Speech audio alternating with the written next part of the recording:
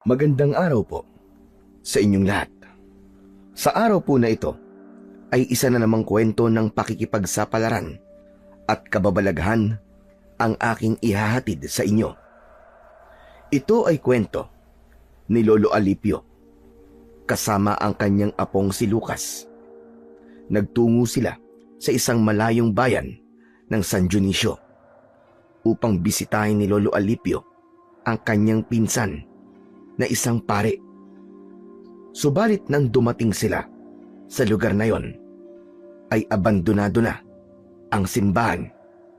Pinabayaan na ito at tinubuan na ng mga damo. Wala na rin ang paring pinsan ni Lolo Alipio na si Padre Ignacio. Kanyang nalaman na patay na ito, subalit hindi malinaw ang dahilan ng kamatayan. Hanggang sa kanyang nalaman ang dahilan, kaya pinili niya na mamalagi na lamang sa lugar na yon para bigyan ng katarungan ang pagkamatay ng kanyang pinsan. Ang kamatayan ng pinsan ay may kinalaman sa mga kampon ng kadiliman at mga aswang na namahay sa San Dionisio. Doon ay nagamit ni Lolo Alipio ang kanyang pagiging manunugis, isang dahilan kung bakit siya napadpad sa lugar na yon. Ngunit paano ipagtatanggol ni Lolo Alipio ang mga taga San Dionisio at makamtan kaya niya ang inaasam na katarungan para sa kanyang pinsan? Ano ang kanyang madidiskubre dahil sa mga lindol na naganap sa lugar na yon na lumikha ng pagbitak ng mga lupa? Malalaman natin ang mga kasagutan sa kabuuan ng kwentong inyong mapapakinggan. Ngunit bago ang lahat, mga idol, huwag po nating kalimutang mag-subscribe, mag-like at i-hit ang notification bell sa aking mga YouTube channel na The Voice Addict at Apong Isaac para sa mas marami pang makapigil hininga na kwentong aswang at katatakutan mula sa mundo ng kababalaghan. Umpisahan na po natin ang kwento. Sigurado po ba kayo, Lolo Alipio? Dito na po ba yun? Oo, Lucas. Sigurado ako. Dahil minsan na akong nakapunta rito. Kailan po yun, Lolo Alipio? Abay, siguro may 10 taon nang nakakalipas. May katagalan na rin, Apo. Naku po, hindi pa ako pinapanganak nun ah. Ang tagal na po pala. Tama ka. Matagal-tagal na nga talaga yun. Pero hindi ako maaaring magkamali. Dahil natatandaan ko itong simbahan. Tapos yan, yung malaking puno na narito sa bakuran. Diyan ako nagpapalipas ng oras. Halos 1 linggo rin akong tumigil dito noon. Pero marami na pong nangyari, Lolo Alipio. Matagal na po yun eh. Saka tignan niyo po. Mukhang matagal na rin pong hindi ginagamit itong simbahan. Kinapitan na po ng mga gumagapang na damo. At santambak po ang mga tuyong daon na nagkalat. Tingnan niyo po oh. Yun nga ang ipinagtataka ko. Mukhang matagal nang hindi ginagamit itong simbahan. Pinaglipasan na ng panahon. Oo nga po eh. Ibig sabihin po, wala pong tao dyan sa loob ng simbahan. Alamin natin, Lucas. Dito tayo dumaan sa gilid ng simbahan. Ang natatandaan ko may daan dito sa likuran. Papasok sa loob. Sandali lang. Sino kayo? Anong ginagawa nyo rito sa simbahan ng San Dionisio? Meron lang kaming hinahanap, Manang. Ay, anong manang ang sinasabi mo? Mukhang mas matanda ka pa nga sa akin. Tigilan mo ko. Ano nga bang pangalan mo? Ako si Urbana. At matagal na ako naninirahan dito sa San Dionisio. Kaya kilala ko kapag may dayo na pumupunta dito. Kayong dalawa, alam kong dayo kayo. Opo, Aling Urbana. Ngayon lang po kami nakarating dito ni Lolo Alipio Dito po sa inyong lugar. Ako nga pala si Alipio. At itong apo ko ay si Lucas. Meron lang kasi kaming hinahanap, Urbana. Sino ba ang hinahanap ninyo? Si Father Ignacio. Alam ko na siya ang kura paroko dito sa inyong simbahan. Matagal nang wala ang taong hinahanap mo. Wala na rito si Padre Ignacio. Nasaan siya? Wala akong panahon para pag-usapan ang pare na yon. Teka, bakit naman? Basta, dahil ayoko na maalala pa siya. Kaano-ano ka ba niya? Pinsang buo ko siya. Nagpunta ko rito para sana bisitahin siya. Pero wala na pala siya rito. Paano po yan, Lolo Alipio? Wala na pala rito si Padre Ignacio eh. Ano pong gagawin natin? Ay, hindi ko rin alam, Apo. Kayong dalawa, mabuti pa siguro bumalik na kayo sa pinanggalingan ninyo. Yun ang maipapayo ko sa inyo. Naku po, malayong-malayo po yung pinanggalingan namin eh. Aba, wala akong pakialam kahit gaano pa kalayo ang pinanggalingan ninyong dalawa. Ang kailangan ay umalis na lang kayo dahil hindi kayo welcome dito. Bakit naman?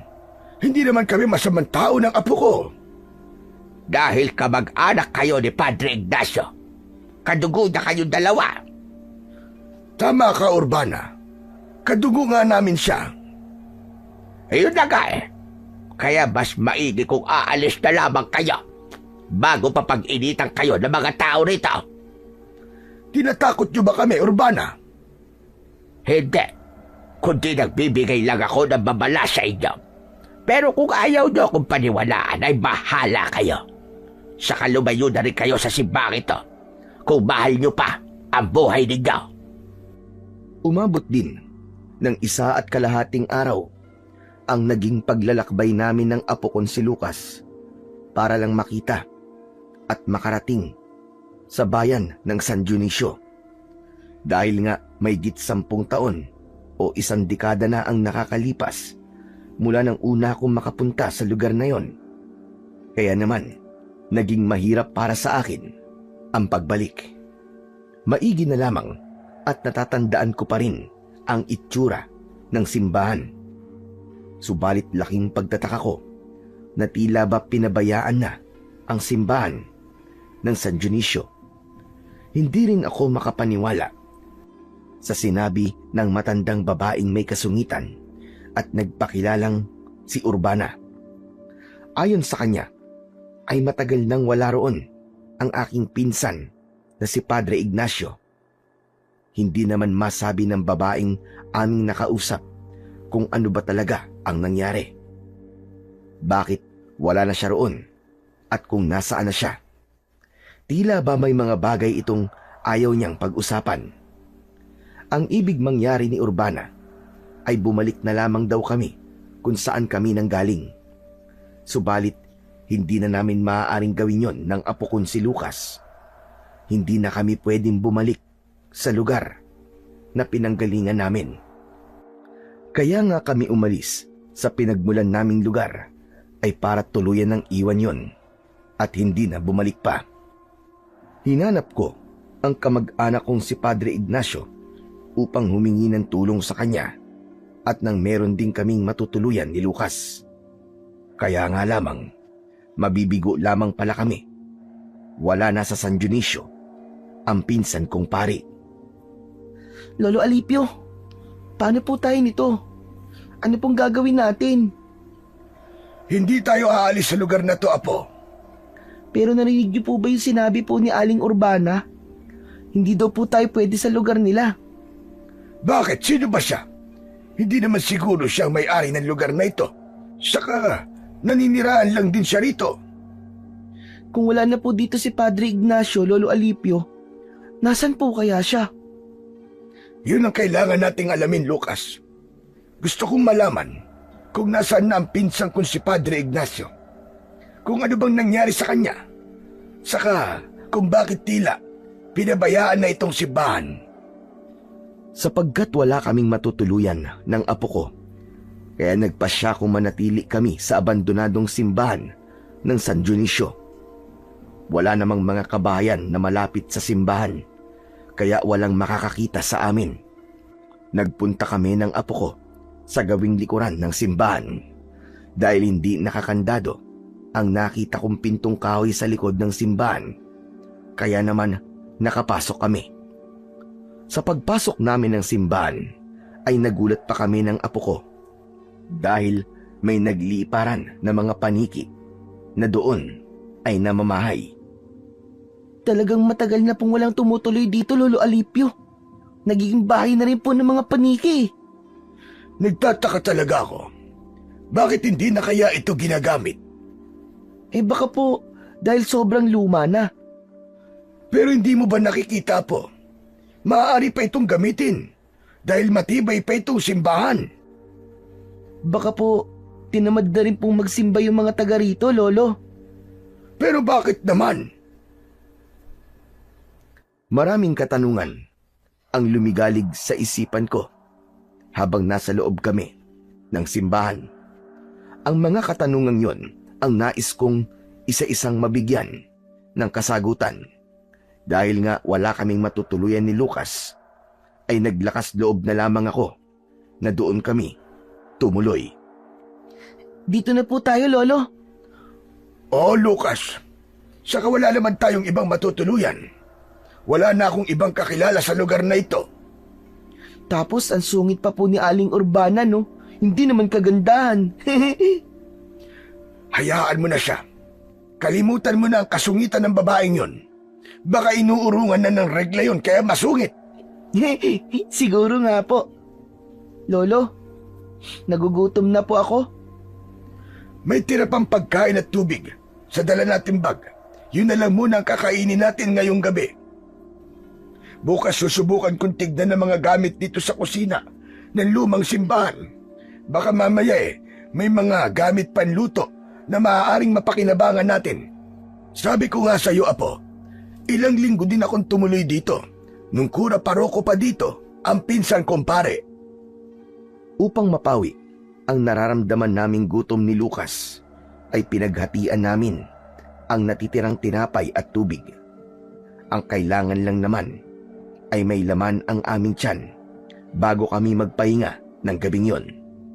May nakita kong ilang piraso ng kandila, kaya yon ang ginamit ko para maging tanglaw namin ng gabing yon. Pinatay ko na lamang ang sindi ng kandila bago kami natulog. Nagsisimula ng sumikat ang araw nang magising ako dahil sa paroot paritong takbuhan ng mga hayop na naligaw sa loob ng lumang simbahan. May pusa at bubwit na naghahabulan. Ang iba ay dumaan pa sa aking paanan, kaya ako nagising. Samantalang ang apo kong si Lucas ay tila walang pakiramdam kahit may mga bubwit na tila nagpapatintero sa kanyang paanan. May naulinagan akong tila may nag-uusap sa labas, kaya tumayo ako para silipin kung sino ang mga yon.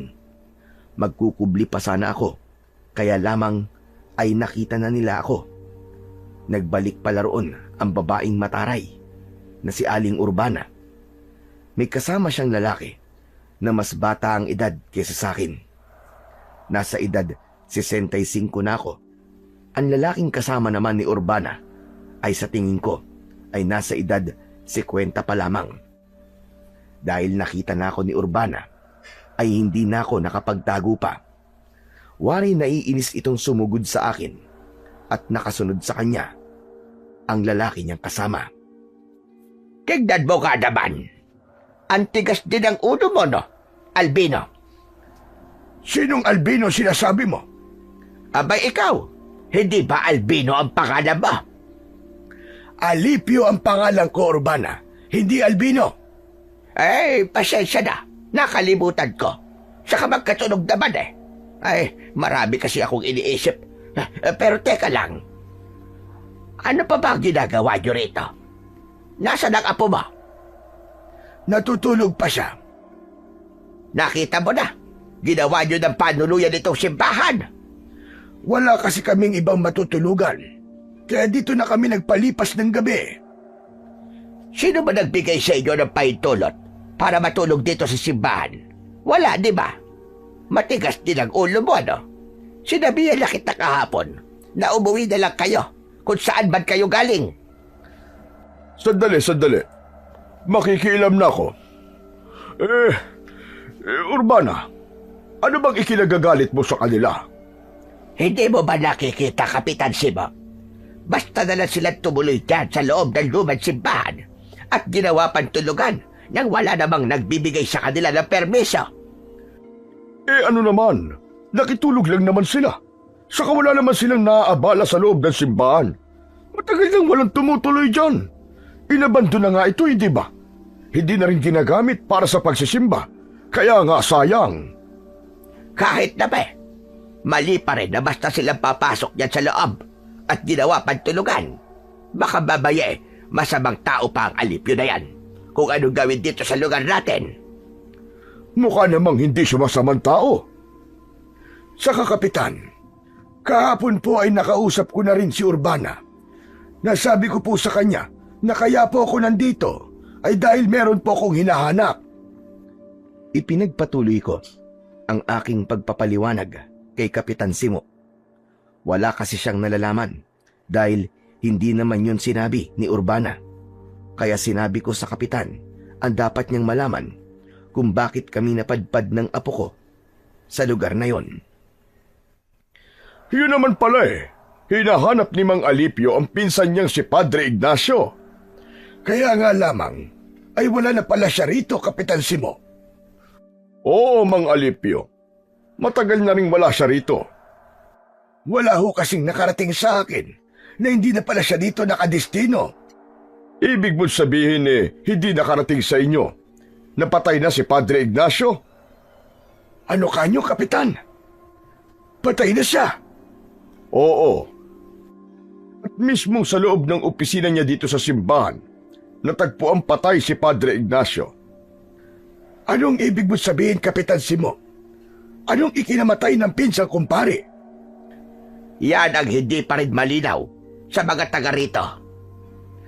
Anong ibig niyo sabihin? Isang misteryo ang pagkamatay niya, ganun ba? Ang sabi lang, pinatay siya ng kampo ng dilim dahil na rin sa kanyang malaking pagkakasala. Teka sandali, ano namang pagkakasala ang nagawa ng pinsan ko? Ayokong pag-usapan natin ang bagay na yan dahil kinikilabutan ako. Kapitan Simo, mauna na ako. Meron pa pala akong dapat pang gawin. Maiwan ko na kayo rito. Kapitan, hindi ko maintindihan ang sinasabi ni Urbana. May alam po ba kayo? Ang totoo, wala rin ako masasabi. At hindi ko rin alam ang buong detalye tungkol sa nangyari kay Padre Ignacio. Dahil wala ako dito noong mga panahong yon. Naroon ako sa Maynila at nagtatrabaho. Nabalitaan ko na lang na patay na si Padre Ignacio. Mula nung namatay siya, wala nang inihalili sa kanya. Hindi na nagpadala pa ng bagong kura paroko. Hanggang sa mapabayaan na rin itong simbahan. Umiiwas na rin ang mga taga rito na magtungo rito para magdasal. Pero bakit naman? Dahil ginawa raw na pugad ng masasama ang simbahan at kagagawan daw yon ni Padre Ignacio. Hanggang doon lang ang alam ko, pero hindi malinaw sa akin ang buong detalye. Lalo ko naguguluhan sa mga sinabi niyo sa akin, Kapitan Simo. Kaya nga sa palagay ko ay tama lang na napadpad ka rito sa San Dionisio dahil ikaw mismo makakatuklas ng totoong nangyari. Yun talaga ang gagawin ko, Kapitan Simo. Pero may pakiusap sana ako sa inyo. Ano ho yun, Mang Alipio? Wala kasi kaming matutuluyan ng apo ko habang nandito kami. Maaari bang dito na kami tumuloy sa simbahan? Total hindi naman na ito ginagamit. At bilang ganti ko sa pagpapatuloy niyo sa amin dito, sisikapin kong linisin ang simbahan na ito. Aba, magandang suggestion yan, Mang Alipio. Ang totoo, dapat talagang nililinisan itong simbahan dahil lalo lang kinatatakutan dahil sa dami ng mga halamang gumagapang na lalo lang nakakasira sa itsura ng simbahan. Huwag kayong mag-alala, Kapitan. Ako na hong bahala. Sisikapin kong linisin ang simbahan habang nakatira kami dito. Dahil madali kausap si Kapitan Simo, kaya pumayag siya sa aking naging mungkahi. Hindi ko naman siya bibiguin at tutuparin ko ang aking ipinangako sa kanya. Ang nais ko'y manatili pa sa lugar na yon. Ibig kong malaman ang katotohanan tungkol sa tunay na nangyari sa aking pinsang pare. Paanong tila galit sa kanya ang mga tao roon base sa naging reaksyon ni Urbana. Buti po pumayag po yung kapitan. Na dito po tayo tumira, Lolo Alipio. Oo, Apo. Pero ang kailangan lang natin gawin ay linisan itong simbahan. Kaya kailangan tulungan mo ako, ha? Pero ang dami-dami pong lilinisin dito, Lolo Alipio. Siyempre, pakunti-kunti ang gagawin natin paglilinis. Dahil hindi naman natin makakayang linisan kagad ito ng ganung kabilis. Sige po, tutulong po ako, Lolo. Ayos. Pati paggawa ng mga ibibenta nating gamot mula sa ugat at dahon ng halaman ay dapat tulungan mo rin ako, ha? Para meron tayong pagkakitaan. Kasi kailangan natin yon para meron tayong pambili ng pagkain natin. Okay po, Lolo.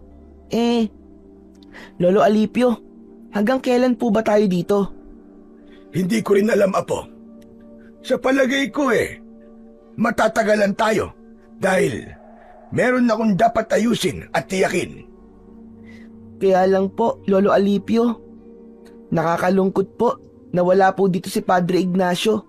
Akala ko pa naman magkikita kami. Patay na po pala siya. Yun nga ang kanilang sinabi. Kaya nga kailangan pumirmi muna tayo dito para malaman ko kung ano ba ang totoong sinapit ni Padre Ignacio.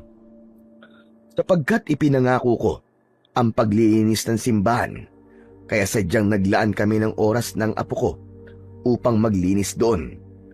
Una naming nilinisan ang loob ng simbahan, lalo na ang lugar na malapit sa tanggapan at kusina kung saan kami tumutuloy.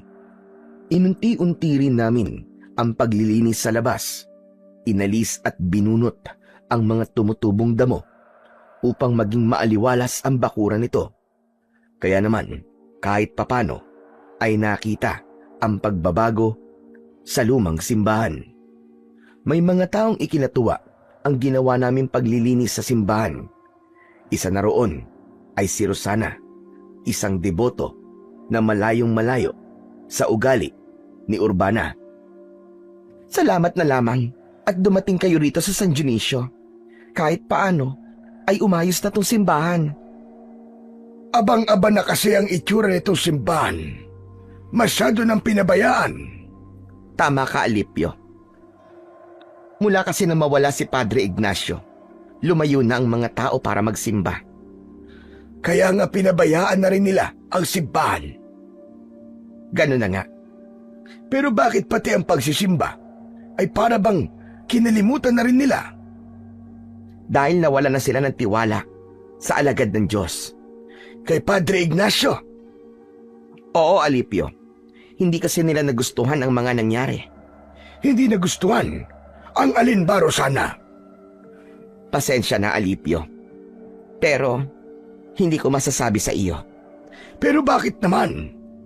Ang totoo ay iniiwasan ng mga taga rito sa San Dionisio na alalahanin pa ang pangyayaring yon. Hindi ko talaga maintindihan. Kahit si Urbana ay ayaw magsalita. Pero nagagalit siya kapag ang pag-uusapan ay si Padre Ignacio. Dahil hindi pa rin niya matanggap. Lalo na't malaking naging tiwala at respeto nila kay Padre Ignacio. Talaga bang hindi mo maaaring sabihin sa akin? Pasensya na, Alipio.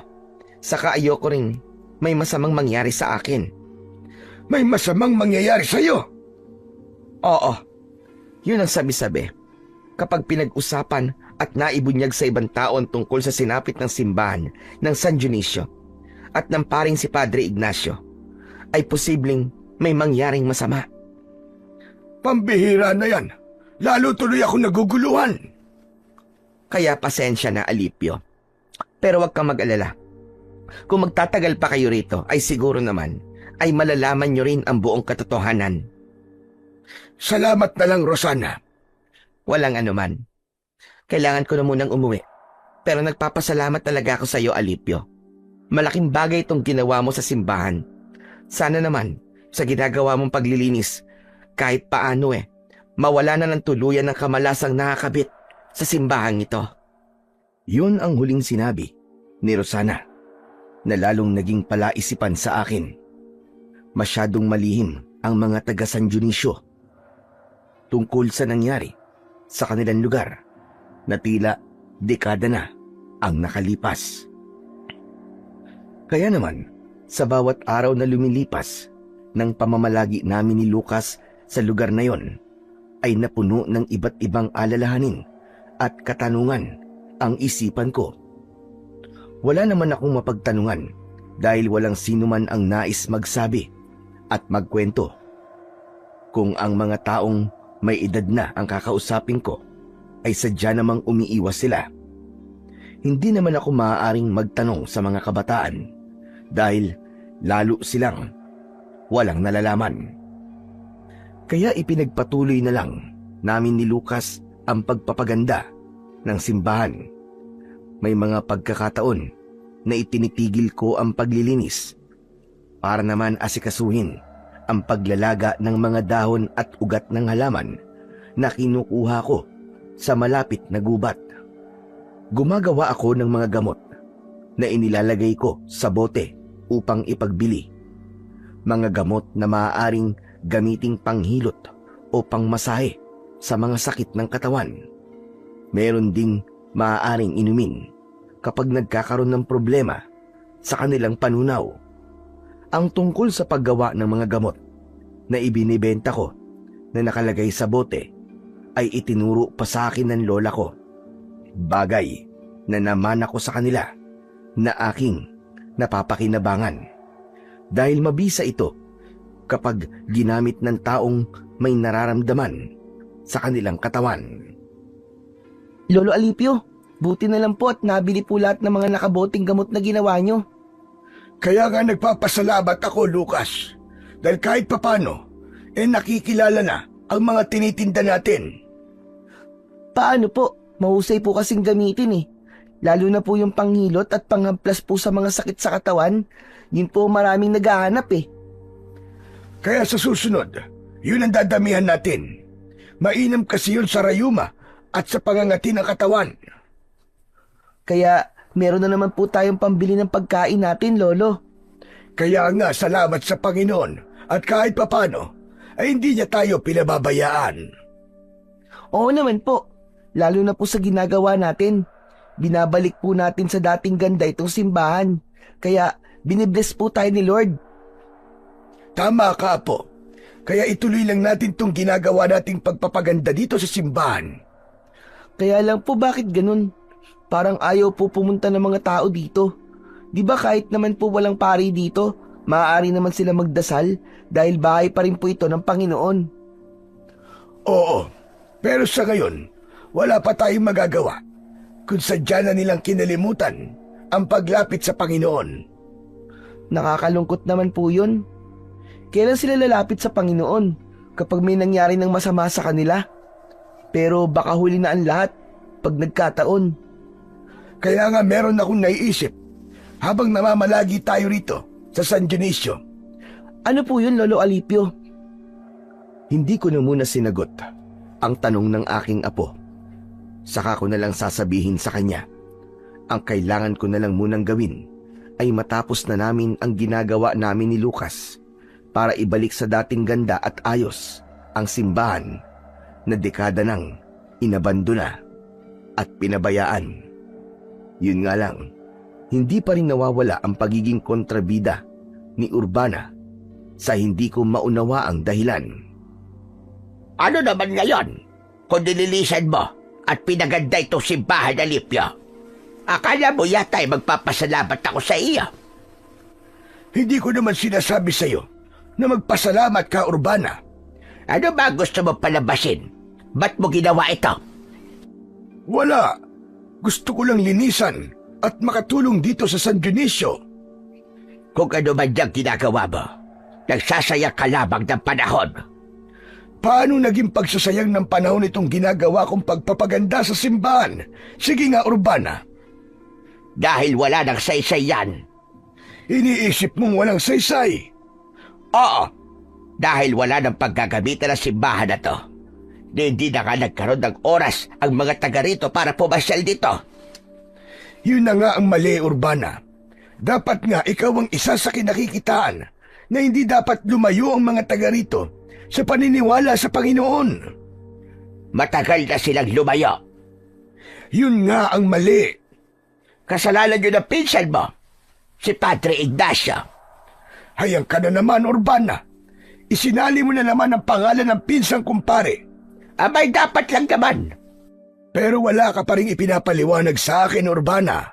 Hanggang ngayon ay pinag-iisip mo ko kung ano ba talaga ang dahilan. Wala na saysay para malaman mo pa. Dahil hindi na maibabalik ang mga nangyaring kamalasan. Yun nga ang gusto kong malaman, Urbana. Anong kamalasan ba sinasabi mo? Anong naging kasalanan ni Padre Ignacio? Kahit ulit-ulitin ko, ang pagtatanong at pamimilit ay sadyang nakasara ang bibig ni Urbana para sabihin sa akin ang dahilan. Tila ba isang lihim yun na ayaw nilang mabuksan pa. Bagamat patuloy akong umaasa na darating din ang tamang panahon para sa kwentong yun na pilit nilang itinatago sa akin. Ilang buwan na rin ang pamamalagi namin ni Lucas sa San Dionisio. Hindi na rin nila pinakikialaman ang pananatili namin sa simbahan dahil nakita nila na wala kaming masamang intensyon doon. Katunayan nga ay nilinis pa namin at inayos yun. Kaya lamang ng gabing yun na nagpapahinga na kami ng aking apo nang makarinig kami ng kakaibang ingay na tila may ungol na nagmumula sa ilang sulok ng simbahan. Noon ko lang yun narinig at maging si Lucas ay nagising na rin at narinig ang nakakakilabot na ungol. Lolo Alipio, ano po ba yun? Parang may ungol po at nahihirapan na. Narinig niyo po ba? Baka guni-guni mo lang yun, Apo. Hindi po. Dinig na dinig ko po eh. At parang nandito lang po sa loob ng simbahan. Huwag mo nalang pansinin, Lucas. Sige na, ituloy mo na lang ang pagtulog mo. Lolo Alipio, paano po ako makakatulog? Ang ingay-ingay po ng ungol. Saka parang nasasaktan po. Nahihirapan.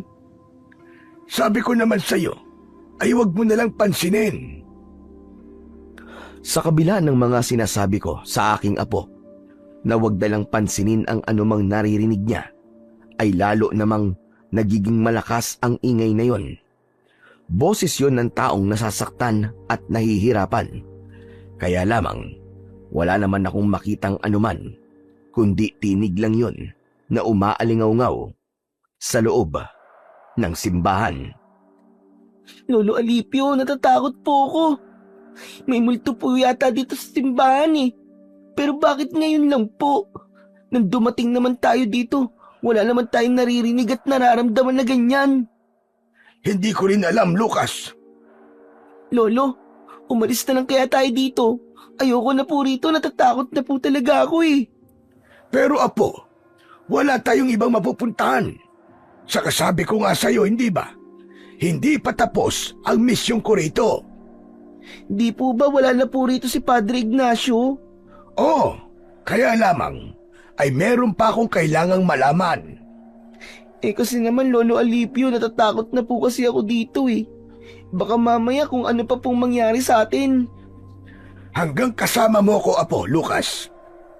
Walang masamang mangyayari sa'yo. Saka siyempre, hindi kita pababayaan. Pareho kaming nahirapang makatulog ng gabing yun dahil sa ungol at ingay na narinig namin ni Lucas. Mag-uumaga na kaming nakatulog dahil tumahimik din ang loob ng simbahan. Nawala ang daing at ungol na nagbigay sa amin ng kilabot. Hindi ko namalayan na kinabukasan ay maaga palang nagising ang apo ko. Hinayaan niya akong nagpatuloy sa aking pagtulog. Kaya lamang, nagulat ako at napabungkawas nang marinig ko ang malakas niyang sigaw. Hala, ang apo ko yun ah. Boses yun ni Lucas. May nangyari sa kanya. Nagmamadali akong bumangon sa pagkakahiga at pinuntahan si Lucas sa lugar kung saan ko narinig ang kanyang sigaw. Inabutan kong takot na takot ang itsura ng apo ko na nakasalampak at nakaupo sa isang sulok ng simbahan. Apo! Apo! Ano nangyari sa'yo? Bakit ka sumigaw? Halos hindi makapagsalita si Lucas. Sabay turo sa isang direksyon. Sinundan ko ng tingin ang direksyon na itinuro niya. Ako man ay totoong nagulat nang hilakbot ako at nakaramdam ng panghihina nang makita ko ang itinuro ng apo ko. Nagkalat ang sariwang dugo sa sahig ng simbahan. Diyos ko! Paano nagkaroon ng dugo riyan? At sariwa pa ang dugo? Lolo, kagabi po yung narinig po natin. Hindi po siya guni-guni. Mukhang totoo po. May totoong pinahirapan po dito. Imposible yun. Walang ibang tao rito kagabi. Pero bakit po may dugo, Lolo Alipio? At sariwang dugo pa po yan. Tignan niyo po. Oh. Hindi pa nga po natutuyo ang dugo eh. Baka may hayop lang na namatay dyan. Lolo, ano po ba nangyayari? Bakit po may ganyan? May pinatay po ba rito kagabi sa loob ng simbahan, Lolo? Sabihin niyo po. Gaya na sinabi ko sa'yo, wala naman tayong nakita, hindi ba? Pero Lolo, may narinig po tayo. Alam niyo po yun. Anong ibig sabihin po ng narinig natin? Hindi ko rin kayang ipaliwanag sa apo ko ang tungkol sa aming narinig ng nakalipas na gabi. Naguguluhan ang utak ko. Hindi ko rin maubos maisip kung ano ba talaga ang meron sa simbahan ng San Dionisio. Kaya pinuntahan ko si Kapitan Simo at sinabi ang tungkol sa nagkalat na dugo sa loob ng simbahan. Ngunit nang magbalik ako ng simbahan na kasama ang kapitan, tila napahiya ako. Ano ba dugo ang sinasabi mo, Mang Alipio? Walang dugo rito, kundi nagkalat na tubig lang. Pero imposible, Kapitan. Kanina po, kitang-kita namin ang apo ko. Sariwan dugo po ang nagkalat dyan. Baka po may problema lang kayo sa mata, Mang Alipio. Kaya ang tingin nyo sa nagkalat na tubig ay dugo. Kapitan, totoo po ang sinasabi ng lolo ko. Saka ako nga po ang unang nakakita sa dugo na yun eh. Maniwala po kayo. Pero wala naman. Paano ako maniniwala kung wala akong nakikitang dugo? Pero paano po kaya nangyari yun? Bakit bigla pong nawala yung dugo? Hindi kaya nananaginip ka lang nang makita mo yun. Hindi po. Gising na gising po ako, Kapitan. Kaya nga lang wala naman talaga akong dugong nakikita eh. Baka iniisip nyo na nasisira na ang ulo namin ng apo ko. Ay, wala naman po akong sinasabing ganun, Mang Alipio. Umalis na si Kapitan Simo na umiiling-iling. Nagmukha tuloy kaming nasisiraan na ng bait dahil sa pangyayaring yon. Pero paanong ang dugo na nakita namin ng apo kong si Lucas ay nawala ng ibang tao na ang tumingin doon, kundi naging tubig lang na nagkalat ang nakita ni Kapitan. Lolo, nakakatakot na po talaga rito. Ang iniisip ko, Apo, di kaya may ibang gustong ipahiwatig ang pangyayaring yun? Po, ano pong ibig niyong sabihin, Lolo Alipio? Na may hiwagang nangyari dati pa dito sa simbahan ng San Dionisio. At malamang may kinalaman dun si Padre Ignacio.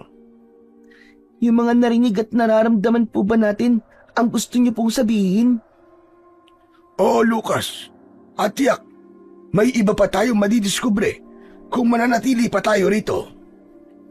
Patuloy na naging palaisipan sa akin ang mga pangyayaring yon sa simbahan. Kaya lalo lang akong nagkaroon ng interes para manatili pa sa San Dionisio kahit na nagpupumilit na ang apo ko na umalis na kami. Hanggang minsan isang tahimik na gabi ay may isa muling pangyayari ang hindi namin inaasahan. Naligalig at nagising kami nang biglang pagkalembang ng kampana sa gitna ng hating gabi. Lolo Alipio, pakinggan niyo po. Mabagin langit, paano tumunog ang kampana nitong simbahan? Lolo, may nagpaparamdam na naman po sa atin. Lolo Alipio, iba na po talaga to. Ang kampana naman ng simbahan ang pinakialaman. Bakit po tumunog yun? Sino po nagpatunog ng kampana? Aba, hindi ko rin alam. Wala namang ibang tao rito kundi tayo lang. Umabot ng halos kalahating minuto rin na tumunog ang kampana ng simbahan. Natitiyak kong nadinig din yun ng mga naninirahan sa San Dionisio. Posibleng ipinagtaka nila na nasa gitna ng hating gabi ay nambulao ang kampana. Dahil nga sa pagtunog na yun ng kampana ng simbahan, ay ginising kami ni Lucas ng ingay ni na Kapitan Simo at Urbana. Tila nagpupuyo sa galit ang matandang babae. Gusto akong awayin nang makita niya. Ano ba gusto mo magyari, ha, Alipio? Naparito ka ba para magulo dito sa San Dionisio? Nagawa mo pang patunugin ang kampana. Nananakot ka ba? Bakit naman ako mananakot, Urbana? Yung ginawa mong pagpapatunog sa kampana sa ganitong oras, nahihibang ka na ba? Bakit, Urbana? Ano bang meron kung hating gabi tumunog ang kampana ng simbahan? Hindi mainam na patunugin ng ganitong oras yan. Dahil ginagawa mong tawagin ang mga kampo ng dilema. Ano ka mo? Oo, yun ang ginawa mo. Tumawag ka ng mga katulad mong impakto at masamang espiritu. Siguro kaya ka nagpunta rito ay para magasik ng lagim, katulad ng pinsan mo. Anong sabi mo? Sandali. Aling Urbana, magulos dili ho kayo. Inaaway niyo na naman si Mang Alipio. Dahil hindi na maganda ang kanyang ginagawa. Pero makikisibad nga po muna ako sa inyo kahit bata pa po ako. Gusto ko po sumali sa inyong pinag-uusapan. Bakit? Ano masasabihin mo, ha? Ang bata-bata mo pero nakikialam ka na sa usapan na matatanda. Kaya nga po nagpaalam po ako, di ba po? Sige, Lucas. Ano ba sasabihin mo? Kapitan, hindi naman po si Lolo Alipio ang nagpatunog po ng kampana. Nako. Pwede ba, bata? Huwag mong pagtakpan ang lolo mo. Magsisinungaling ka pa talaga. Ang bata-bata mo pa, gagawa ka na kagad na kwenta. Hindi po ako nagsisinungaling, Aling Urbana. Totoo po ang sinasabi ko. Kapitan, maniwala po kayo sa akin. Bigla na lang po tumunog ang kampana nitong simbahan. Mang Alipio, ano po ba ang totoo? Yung sinabi ng apo ko, Kapitan. Nagulat na nga lang po kami dahil bigla pong kumalembang ang kampana samantalang wala naman nagpapatunog noon. Saka walang ibang tao rito maliban sa amin ang apo ko. Gusto mo paniwalaan kita, Alipio? Hoy, huwag ka nang gumawa na kwenta. Maniwala po kayo sa lolo ko, Aling Urbana. Talaga pong bigla na lang pong tumunog ang kampana. Nako. Huwag niyo akong lokohin. Paano kung totoo sinasabi nila, Urbana? Dahil minsan na rin may naranasang kakaiba rito sa simbahan. Nang puntahan nila ako sa barangay, nakakita sila ng nagkalat na dugo. Pero nung pinuntahan ko, wala namang dugo akong nakita, kundi tubig lang. Nakita niyo, Kapitan? Talagang mapagawa na kwento ang maglolong yan. Kaya nga dapat lamang na umalis na sila rito. Dahil nakikita kong gulo lang ang dala nila rito sa San Dionisio.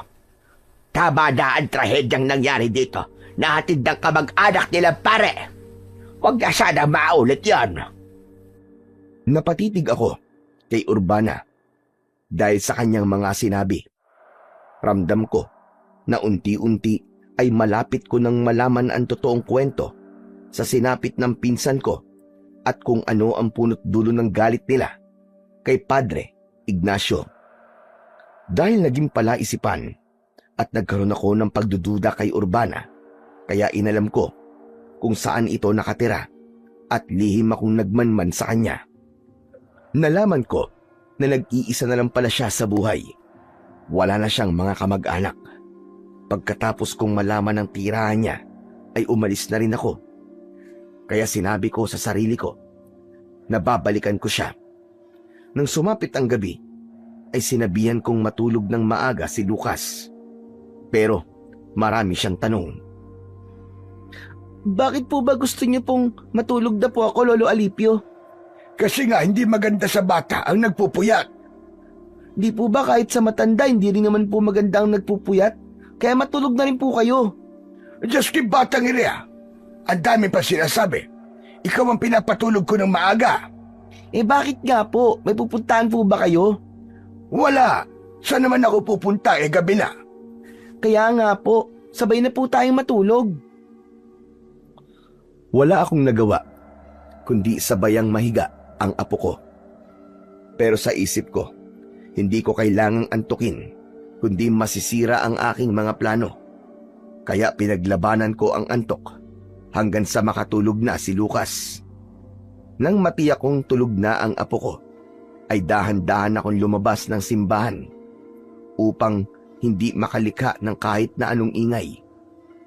Babalik ako sa bahay ni Urbana. Alam ko at nararamdaman kong meron akong matutuklasan mula sa kanya. Tahimik na tahimik ang daan patungo sa bahay ni Aling Urbana. May mangilan-ngilan na asong tumatahol sa akin habang naglalakad ako patungo sa bahay ng matandang masungit. Nang marating ko yun, ay nakita kong madilim ang loob ng bahay. Bagyan liwanag lamang ang makikita na tila galing sa isang liwanag ng gasera. Lumapit ako sa kanyang bahay na yari sa pawid at sa wali. Nahihiwagaan talaga ako sa babaeng ito. Masyado siyang masungit sa akin na hindi ko alam ang dahilan.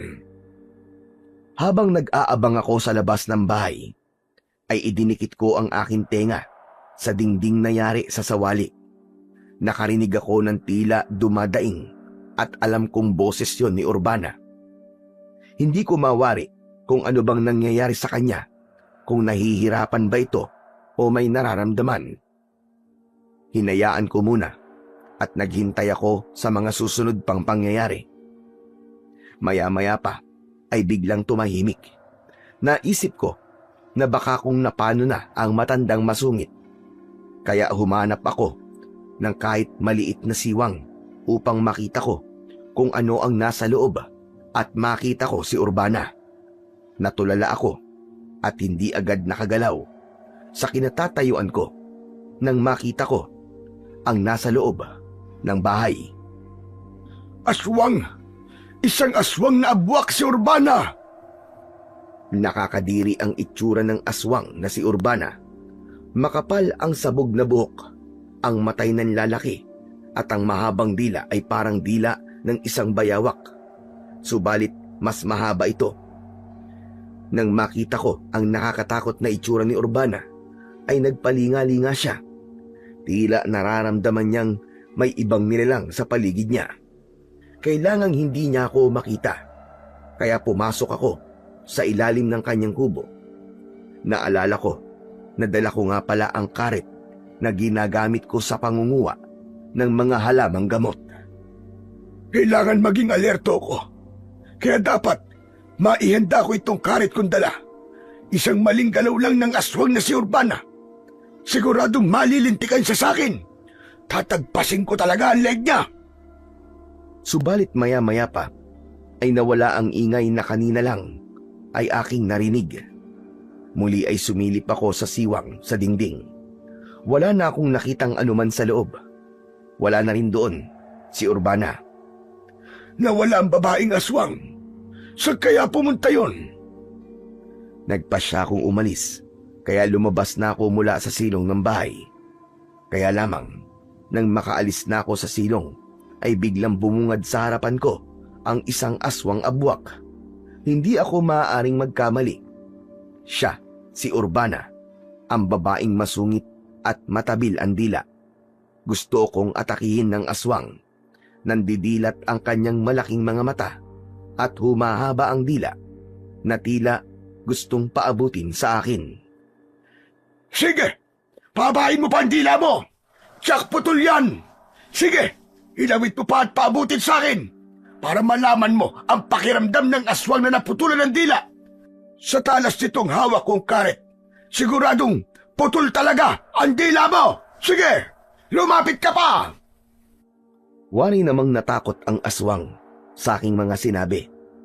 Bigla nitong pinaikli ang kanyang mahabang dila. Subalit ang sama ng pagkakatingin niya sa akin. Alam kong may pinaplano ang aswang na nasa aking harapan. Kaya umayos ako ng aking posisyon. Inihanda ko ang sarili ko habang hawak ang matalas na karet. Hindi ako magkakamaling gamitin ang armas kong hawak sa oras na umatake ang kampon ng kadiliman. Pero nakikita ko na tila nag-aatubili siyang lapitan ako. Kaya naglakas loob naman akong sumugod, papalapit sa kanya. Pero panay ang urong ng aswang abwak. Nakita ko na tila nagdadalawang isip ito. Kaya naglakas loob akong sugurin. Kaya lamang, nabigo ako dahil biglang nagbago ang anyo ng aswang abwak. Naging malaking uwak ito at lumipad papalayo. Kinatakutan ako ng aswang. Pero tiyak, matatandaan niya na ako. Kaya delikado na ako sa kanya. Pero kahit kailan, hindi ako maaaring matakot sa aswang ngayon. Lalo na ngayong kilala ko na kung sino siya. Mula nang madiskubre ko ang tungkol sa tunay na pagkatao ni Urbana, ay umiwas na siyang magpunta sa may simbahan. Malamang dahil nag-aalala siya na baka sinabi ko sa ibang tao ang kanyang lihim. Pero hindi yun ang plano ko. Gusto kong ako mismo ang tatapos sa kanya. Dahil may iba pa akong plano sa San Dionisio, kaya kinausap ko si Kapitan Simo at Rosana para tulungan ako. Teka, ano ba yung pinaplano mo, Mang Alipio? Dahil maayos na muli ang simbahan at nalinis na namin, kaya maaari na uli itong gamitin. Kaya lang, Mang Alipio, walang pari na maaaring manguna. Kung iniisip mo ay ibalik ang pagmimisa dito. Hindi lang naman sa pagmimisa maaaring gamitin itong lumang simbahan, hindi ba? Maaaring magpunta ang mga taga rito para dito sila magdasal. Dapat silang manalangin, humingi ng tawad at magpasalamat. Alam nating tahanan ng Diyos ang simbahang ito. May punto ko riyan, Mang Alipio. Kung sa bagay po ay tama kayo, Mang Alipio. Kaya hihikayatin natin ang mga taga rito na bumalik sa simbahan. Dito sila mag-alay ng kanilang mga dasal. Ganun na nga, Rosana. Kaya sa paraang yon, ay magbabalik loob sila sa kanilang pananampalataya sa Panginoong Diyos. Natutuwa ako sa naisip mong yan, Mang Alipio. Ang totoo, kailangan talaga ng mga taga rito na magbalik loob sa Panginoong Diyos. Lalo na sa panahon ngayon. Maraming hindi magagandang nangyayari. Lalong lulubha ang kasamaan kung tuluyang lalayo ang tao sa kanilang pananampalataya sa Panginoon. Huwag kayo mag-alala, Mang Alipio. Sasabihan ko rin sa mga taga rito ang maganda mong plano. Sana nga ay makumbinsi ko sila na bumalik dito sa simbahan para magbalik loob sa kanilang pananampalataya sa Panginoong Diyos. Kaya naman, ng mga sumunod na araw, ay may mangilan-ngilan na akong nakikita na nagpupunta sa simbahan. Nagsasagawa sila roon ng kanilang pagdarasal. May iba naman na tila walang pakialam dahil nasanay na sila sa kanilang nakagawian. Nawalan na ng halaga sa kanila ang pagkakaroon ng kaugnayan sa Diyos. Nalulungkot ako para sa bagay na yon. At sa pagbubukas muli ng simbahan, ay sadyang hindi ko na nakita pa kahit anino ni Urbana. Sadyang lumayo na siya at marahil natatakot na siya na gumawi roon. Ang ginawa kong yon, napasiglahin muli ang mga tao para maging mas malapit sa Diyos, ay ikinatuwa ng ibang hindi nawawala ang pananampalataya. Ang iba nga ay nagdadala pa ng pagkain at mga sariwang gulay at prutas para sa amin ng aking apo. Siyempre, tinatanong ko sila kung para saan ang kanilang mga binibigay. Para daw yun sa amin ng apo ko bilang pagpapasalamat. Wow! Ayos talaga, Lolo Alipio! Makakalibre na po tayo ng pagkain ito. Marami-rami itong mga naipon natin pagkain. May bigas pa po na mailuluto natin. Lahat ng yan ay biyayang bigay sa atin ng Panginoon, Apo. Oo nga po. Ang bait po pala talaga ng mga taga rito, no? Kahit saan lugar naman ay may mababait. Meron ding hindi kabaitan. Mga masasama po. Oo, kaya mapalad tayo na may mga taong handang magbahagi ng natatanggap nilang biyaya. Kasi po, natutuwa po sila sa ginawa nating paglilinis at pagpapaganda po dito sa simbahan. Tama ka, Apo. Kung hindi tayo nagtiyaga para linisan at ayusin ito, magmumukha pa rin nakakatakot ang simbahang ito. Marami pa rin ang lalayuan ito. Siya nga po pala, Lolo Alipio. Kanina po, may narinig po ako nag-uusap. Sabi, may masamang nilalang daw po na gumagala po dito sa San Dionisio. Anong klaseng masamang nilalang daw yon? Aswang daw po, Lolo. Di kaya may kinalaman po ang aswang na yon dun po sa mga nararamdaman natin dati pa? Saka yung mga nangyari po dito sa simbahan? Naisip ko nga rin yan, Apo. Posibleng tinatakot tayo para hindi na natin ituloy ang pagsasaayos ng simbahan. Gumagawa siya ng bagay na ikatatakot natin at nang iwan na natin ang lugar na ito para maghari ang kampo ng dilim sa lugar na ito. Tama po kay Lolo Alipio. Kasi po, hindi gusto ng kampo ng dilim na buksan uli itong simbahan, di po ba? Tama ka, Apo. Kaya tama ang hinala natin. May kinalaman nga ang kampo ng kadiliman sa mga nararamdaman nating kakatwa. Gusto nilang hadlangan ang mga ginagawa natin.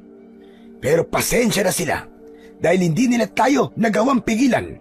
Lalo na ngayong nakikita na natin nagsisimula ng bumalik ang mga tao rito sa simbahan. Totoong ikinatuwa ko ang mga nagiging pagbabago sa San Dionisio. Pero hindi ko maaaring isantabi at kalimutan ang natuklasan ko tungkol kay Urbana. Nararamdaman ko ang kanyang pananahimik ay may kakaibang ibig sabihin. Kaya naman, lihim akong nagmasid at inalam ang kanyang mga lakad.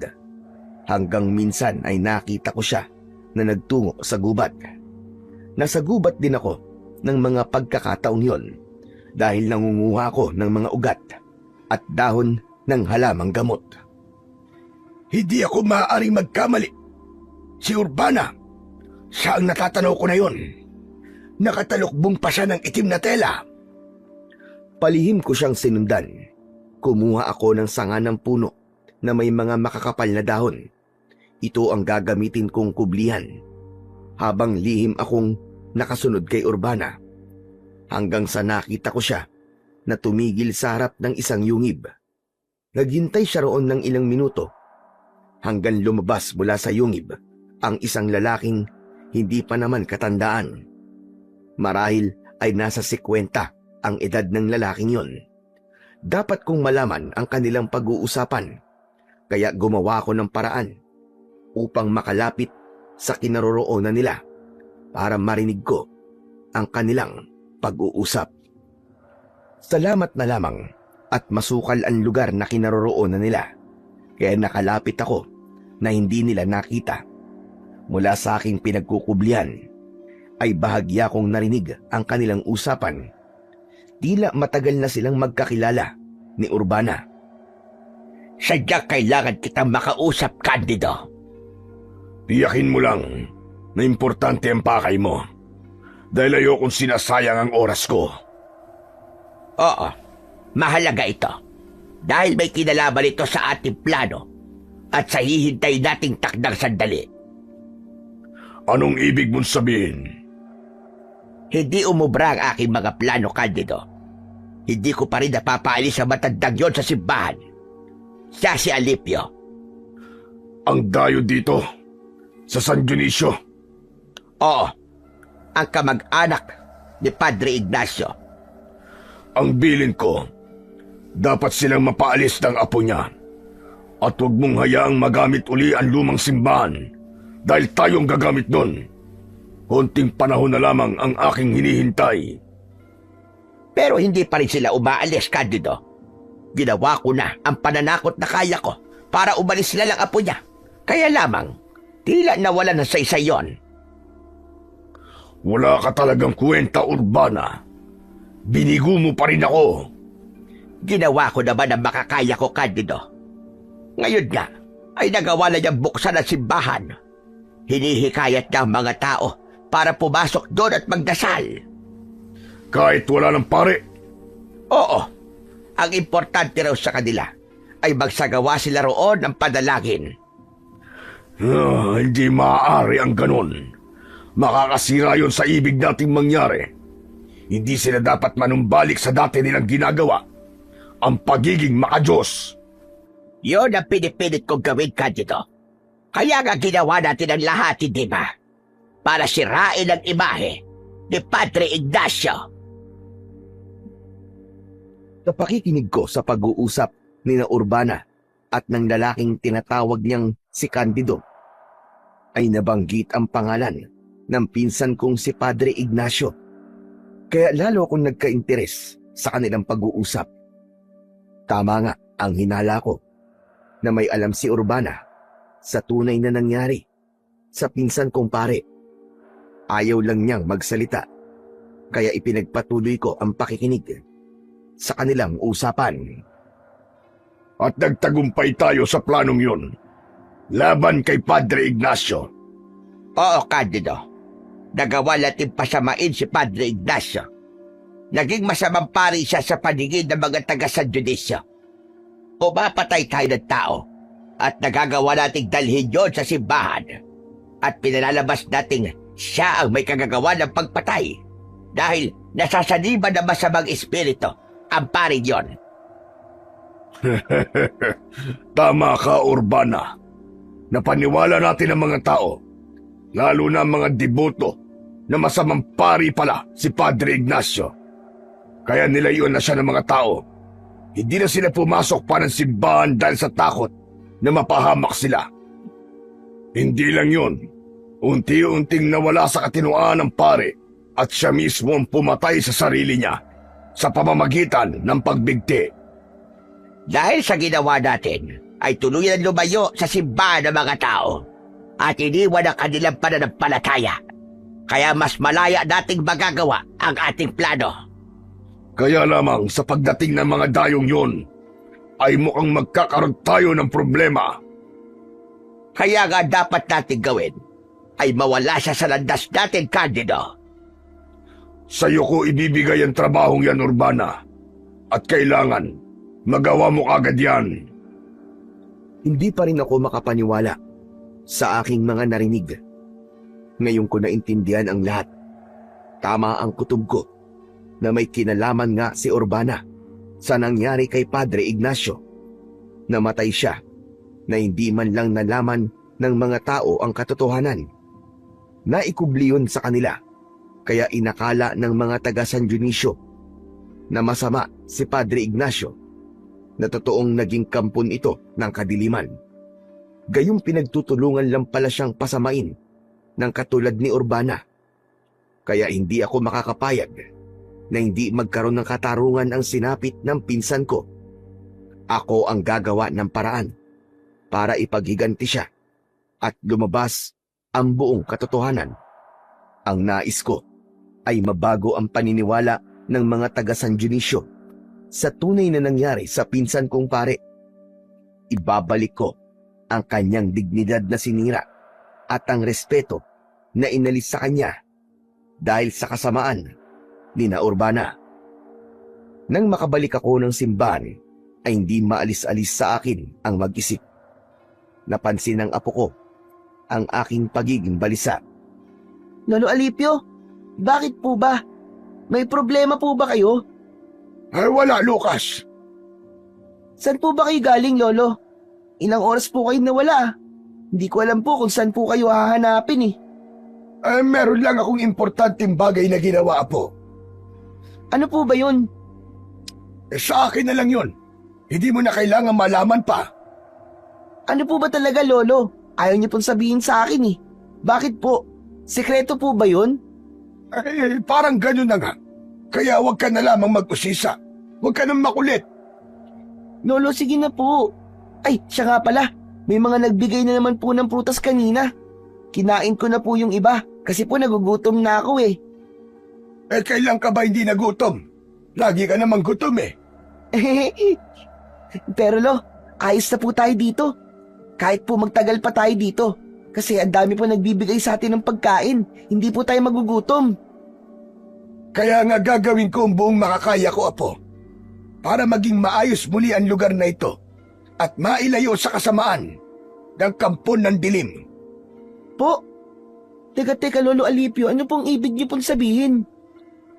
Kailangan gawin nating ligtas ang San Dionisio sa pamiminsala ng mga masasamang nilalang.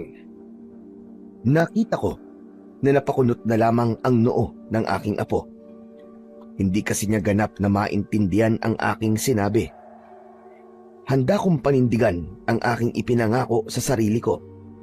Tutulong ako at gagawin ko ang makakaya ko para maibalik ang paniniwala ng mga taga San Dionisio sa dakilang lumika.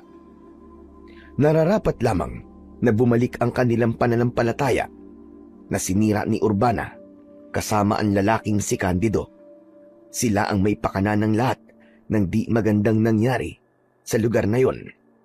Naging biktima rin ng kanilang kasamaan si Padre Ignacio. Nang mga sumunod na gabi, ay wala na kaming naramdamang kakaiba ng aking apo sa simbahan. May palagay akong huminto na si Urbana na takutin kami at gumawa ng kung anong bagay na maaaring magtaboy sa amin upang iwan ang paninirahan sa simbahan. Dahil nga, may nabuo na akong desisyon. Kaya ng gabing yon na matutulog na ang apo kong si Lucas, ay kinuha ko ang bag na bitbit ko nang magtungo kami sa lugar na yon. Isang bagay ang nakabalot ng tela na aking nilabas. Isang maliit yon na imahe ng Santo Niño na inukit sa isang kahoy na kung tawagin ay apitong. Madilim na kayumanggi ang kulay ng kahoy na ito. Pinaniniwalaan din na ang kahoy na apitong ay isang matigas at matibay na kahoy. Kaya pambihira ang katangian nito. Ang hawak kong maliit na imahe ng Santo Niño ay gawa sa ganitong uri ng kahoy na ayon pa sa aking ninuno ay may pambihirang kakayahan. Naaalala ko pa ang bilin sa akin ng ninuno ko na nagpasa sa akin ng munting imahe. Magagamit ko raw yun para protektahan ang sarili ko at gamitin yun para makatulong sa ibang tao na nasa panganib. Hanggang sa napatunayan ko ang hiwaga na meron ang munting imahe ng Santo Niño na gawa sa apitong dahil minsan ko na itong nasubukan. Nagkaroon ako ng kakayahan para harapin ng mga kampo ng dilim. Isa na nga nang minsang mapalaban ako sa mga aswang. Naging manunugis ako at naging gawain ang magtungo sa lugar kung saan alam kong kailangan ang tulong ko.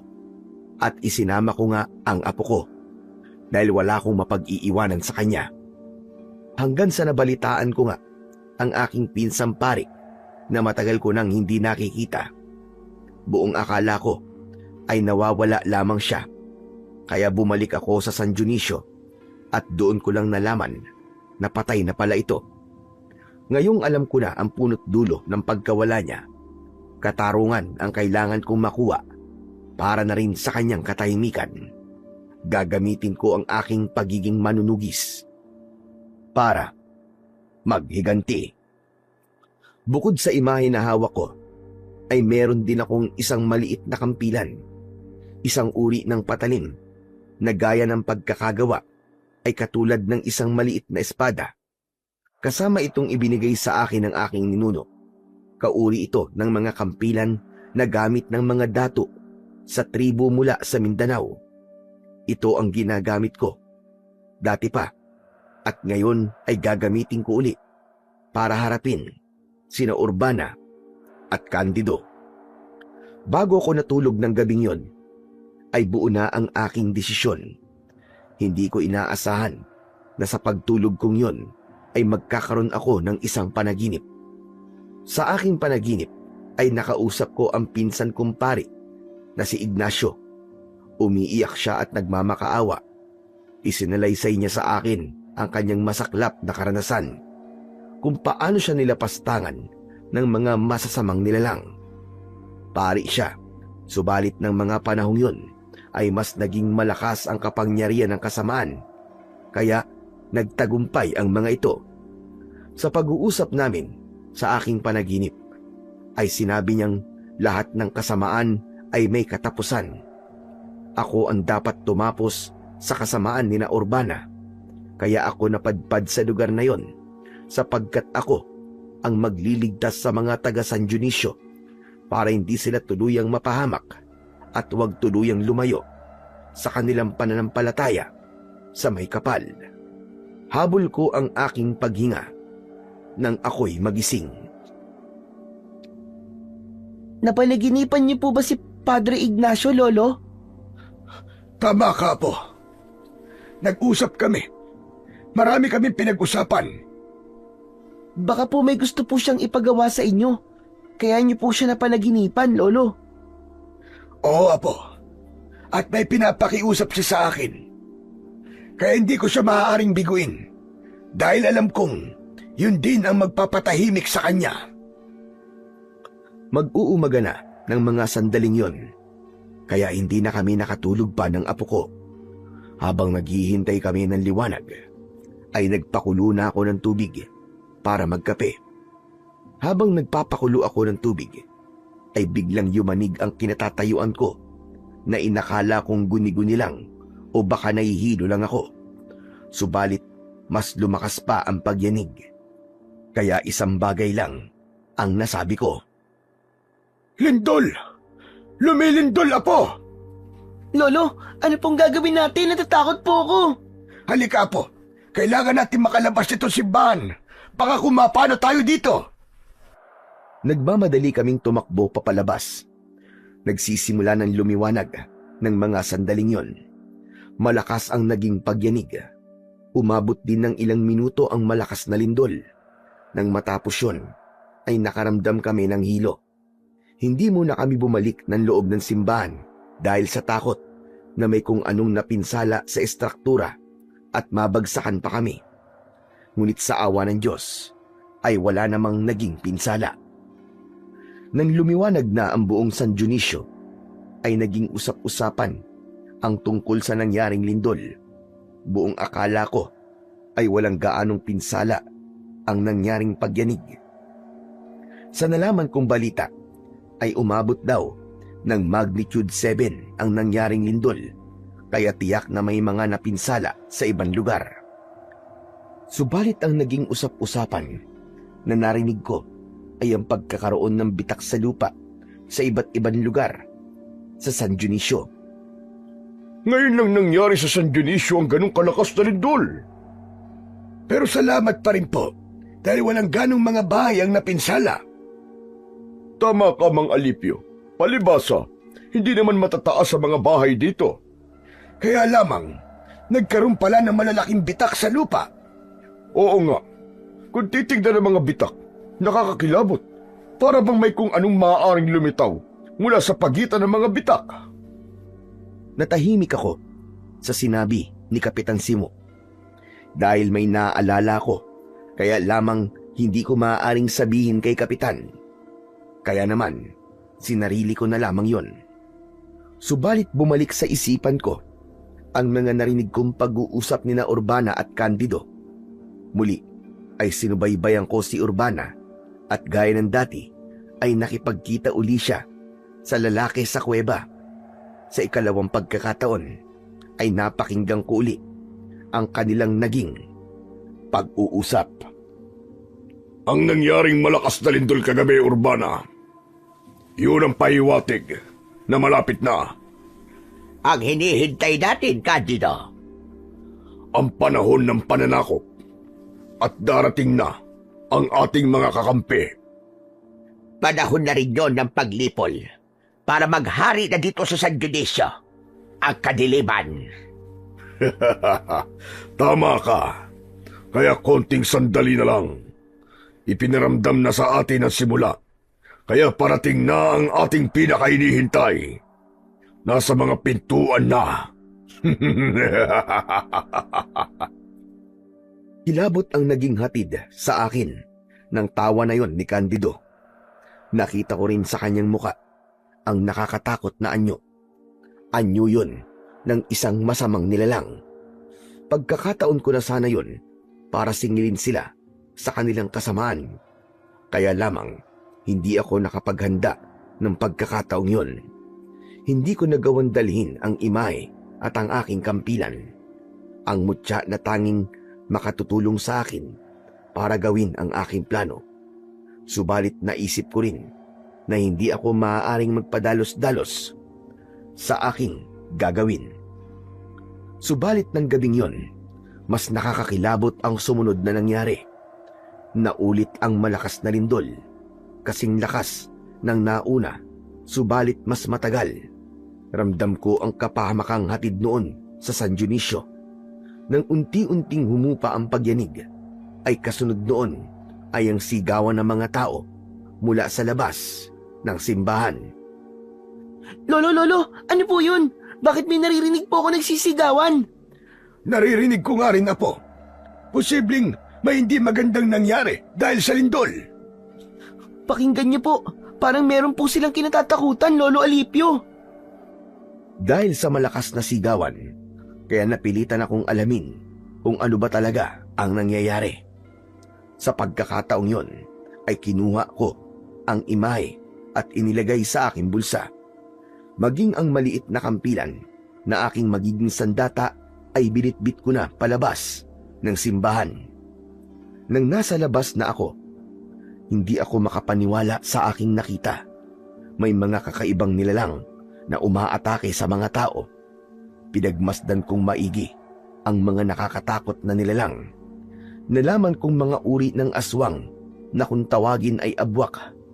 Nakita kong takot na takot at tumatakbo palapit sa akin upang humingi ng tulong si Rosana. Mga Alipio! Tulong! Tulungan mo ako, mga Alipio! Hinahabol ako ng aswang! Gusto niya akong patayin! Ako ang bahala sa kanya, Rosana. Pumasok ka ng simbahan, madali ka. Doon ka muna kasama si Lucas. Nang makapasok ng simbahan si Rosana, ay ako ang humarap sa aswang na kinatatakutan ni Rosana. Hoy! Diablong buang kang aswang ka! Ako ang atakihin mo! Ako ang kalabanin mo! Huwag ang babaeng walang kalaban-laban sa'yo! Agad na sumugod sa akin ang aswang. Gamit ang hawak kong kampilan, ay inundayan ko ng saksak ang halimaw. Bumaon sa katawan niya ang armas na tangan ko. Kumikisay na bumulagta ito sa lupa. Saglit pa ay nawalan ito ng buhay. Buong akala ko ay wala na ang aswang na aking makakalaban ng gabing yon. Kaya lamang, mula sa nakabukan lupa, sanhi ng lindol, ay kitang-kita ko na may lumitaw na namang aswang. Hindi lang isa, kundi dalawa pa. Pambihira! Nanggagaling sa ilalim ng lupa ang mga aswang. Iniluwan ng lupa ang kampon ng kadiliman. Mas mabangis at mas nakakatakot ang mga aswang na nakita kong lumabas mula sa nakabukan lupa. Subalit hindi ako maaaring magpadaig sa kanila. Kaya hinarap ko ng buong tapang ang mga ito. Bawat atake ko sa kanila ay tinitiyak ko na masusugatan sila. Subalit sa bawat sugat na kanilang natatamo, ay lalo lamang silang nagiging mabangis na handang pumatay. Sige, sumugod kayo! Hindi ako natatakot sa inyo. Alam kong hindi ako pababayaan ng anting-anting na hawak ko. Dahil may tulong din ito mula sa kapangyarihan ng may kapal. Nagpatuloy sa pag-atake ang mga aswang. Dahil buo ang tiwala ko, nakakayanin ko sila. kaya hindi ako nabigo. Nagawa kong talunin ang mga ito. Nag-abang ako ng iba pang aswang na muling lilitaw sa pagitan ng mga bitak ng lupa. Subalit, wala na akong nakita. Isa lang ang alam kong dahilan bakit huminto sa paglitaw ang mga kampon ng dilim mula sa bitak ng lupa. Mag-uumaga na at napipigilan ng liwanag ng araw ang paglabas ng mga aswang. Kaya naman, nagbalik na muna ako sa loob ng simbahan. Nakita ko roon si Rosana na nasa mukha pa rin ang takot. Agad siyang lumapit sa akin at nagtanong, Mang Alipio, napatay niyo po ba? Oo, saka wala na ang aswang. Wala nang lumitaw pa. Nakakatakot pa rin. Dahil tiyak kong may darating pa rin, Mang Alipio. Lalo na't nakabuka pa ang lupa na pinagmumulan ng mga kampo ng kadiliman na yon. Nakita ko nga na galing sa nakabukan lupa ang aswang na nakaharap ko. Ano po? Galing po sa ilalim ng lupa ang aswang na nakaharap niyo, Lolo Alipio? Oo, Apo. Bumitak ang lupa dahil sa malakas na lindol. Talagang pinaparusahan ng may kapal ang San Dionisio dahil sa pagtalikod nila sa Panginoong Diyos. Pero may paraan para sana. Kung makakaalala ang mga taga rito para magbalik loob sa kanya. Kaya lang, Mang Alipio, hindi pa rin nanunumbalik ang kanilang pananampalataya. Kaya nga dapat ay makumbinsi natin sila na magbalik loob na sa may kapal. Isa pa malinaw na sa akin ang lahat. Alam ko na ang buong pangyayari sa masaklap na sinapit ni Padre Ignacio.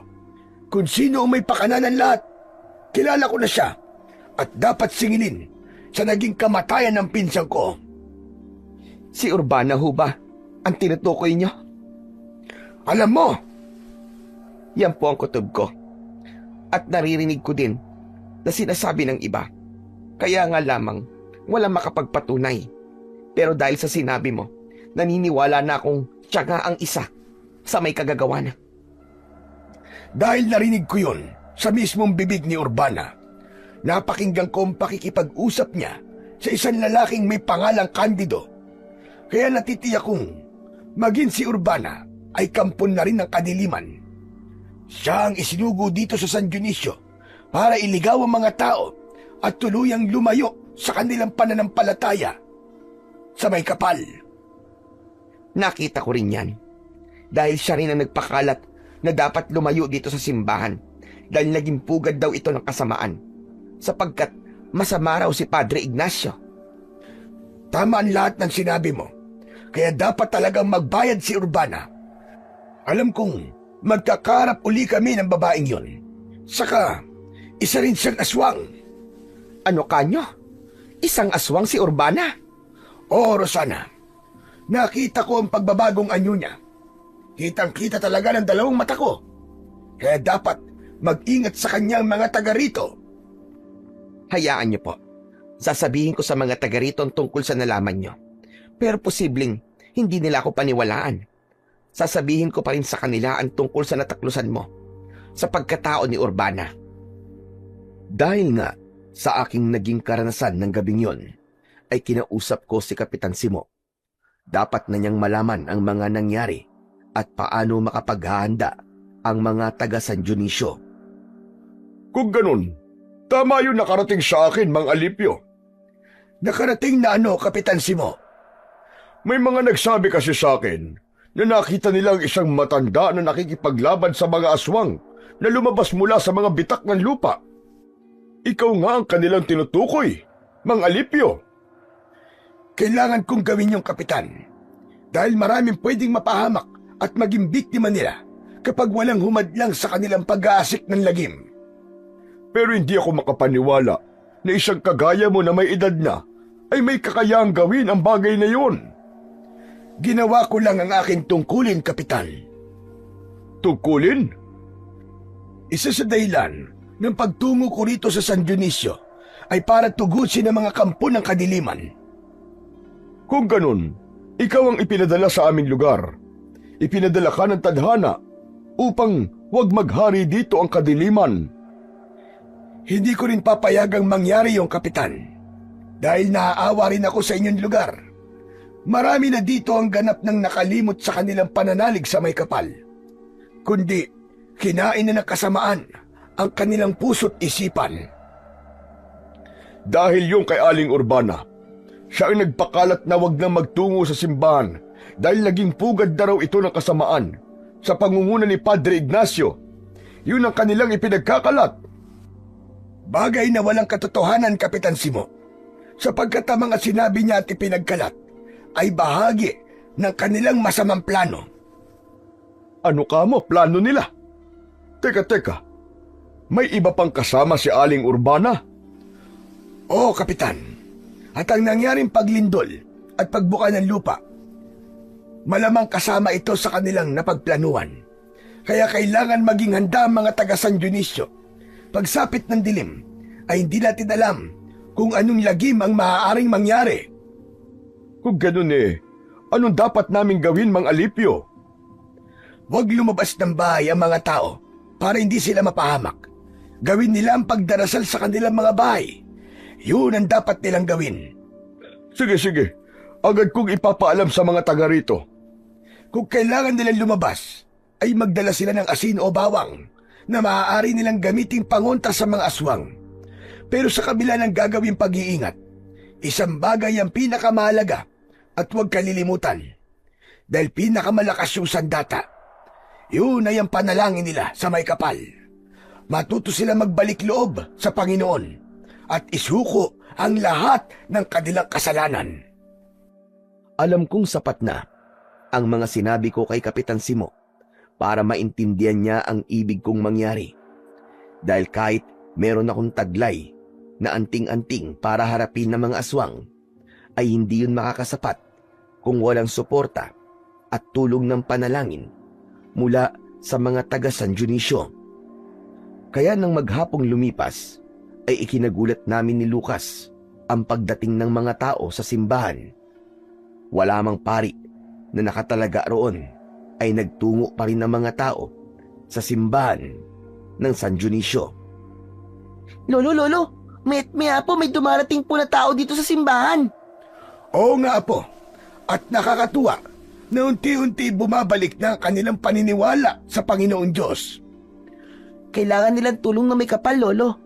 Lalo na po sa nangyayari ngayon dito sa San Dionisio. Tama ka, Apo. Hindi lingid sa kanila ang nangyayaring lagim, ang paglitaw ng mga aswang mula sa mga bitak ng lupa. Habang may mga taong nagpupunta sa simbahan, ay nakita ko ang pagdating ni Urbana sa lugar, malapit sa daan papasok sa simbahan. Kinakausap niya ang mga taong nakikita.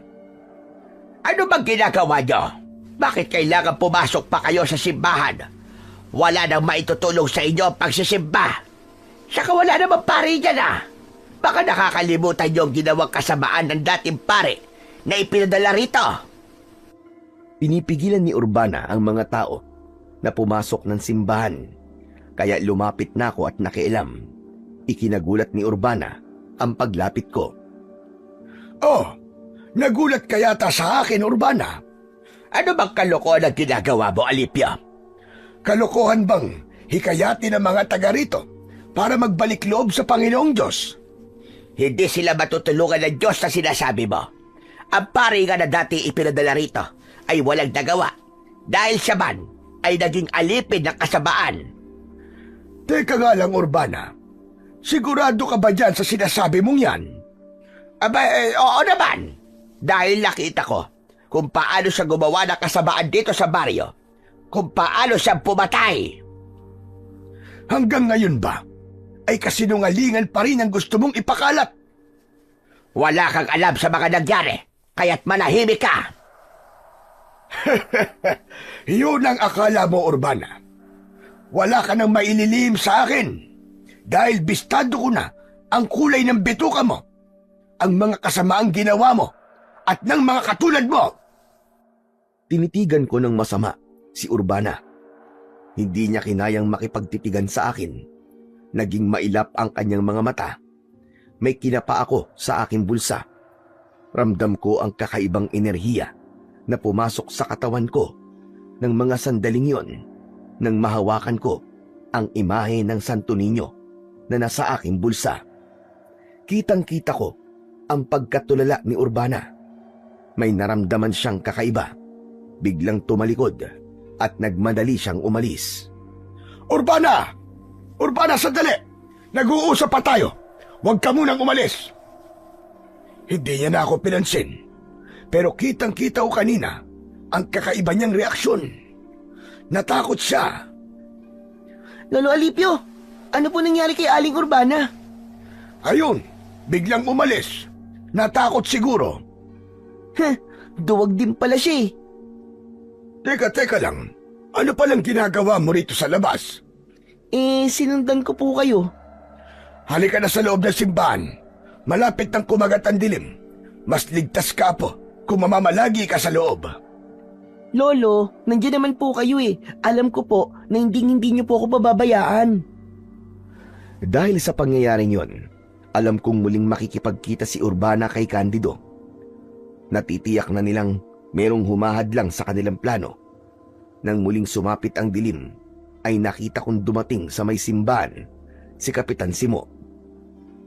May kailangan po ba kayo sa akin, Kapitan? Nasabihan ko na at nakausap ko na mga taga San Dionisio. Gagawin po ba nila ang sinabi ko? Meron pumapayag na gawin, subalit meron din na tuluyan ng nawalan ng pananalig sa may kapal. Sila ang mga napaniwala ni Urbana. Hindi natin sila mapipilit. Kaya nga lamang, hindi yun makakabuti sa kanila. Maaaring kapahamakan ang idudulot nun sa kanilang buhay. Si Urbana, nakita ko kanina, nagpupuyo sa galit, may kasamang lalaki. Dahil bistado na ang kanilang masamang plano.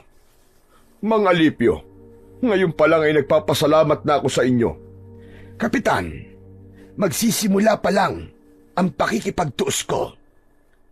Alam ko, Mang Alipio, pero naniniwala ako at nararamdaman kong mapagtatagumpayan mo ang lahat. Nasa panig ka ng kabutihan at liwanag, kaya hindi kanya pababayaan. Isang ngiti lamang ang itinugon ko kay Kapitan Simo.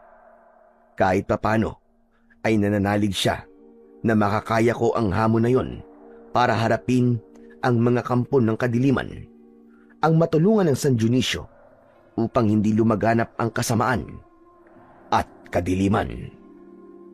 Hanggang sa sumapit na uli ang gabi, naghanda na ako ng pagkain namin ni Lucas, pero napansin niya ang aking pagkabalisa. Lolo Alipio? Okay lang po ba kayo, Lo? May problema po ba? Ayos lang ako, Apo. Wala namang problema. Parang hindi po kasi, Lo eh. Kanina pa po kayo hindi mapalagay eh. Halika na, kumain na muna tayo. Lo, gusto niyo po bang samahan ko po kayo mamaya? Saan mo naman ako sasamahan? Alam ko pong may mahalaga kayong gagawin mamaya eh. Kaya nga maaga pa kumain na po tayo. Apo, hindi madali ang magiging lakad ko mamaya. Kaya nga po gusto ko po kayong tulungan, Lo. Hindi na, kaya ko na yon. Pero Lolo Alipio, gusto ko pong tulungan kayong hanapin ng mga aswang na nilitaw po sa bitak ng lupa. Huwag sanang maging matigas ang ulo mo, Lucas. Sige na, Apo, kumain na tayo. At mamaya maaga ka magpapahinga. Ramdam ni Lucas ang pagtaas ng boses ko. Ibig lang sabihin nun ay maigpit ang pagbabawal ko sa kanya para wag dalan siyang makialam pa. Isa pa, hindi isang paglalaro ang gagawin ko, saka para lamang yon sa kagaya kong naatangan para maging manunugis. Tapos na kami maghapunan ng apo ko.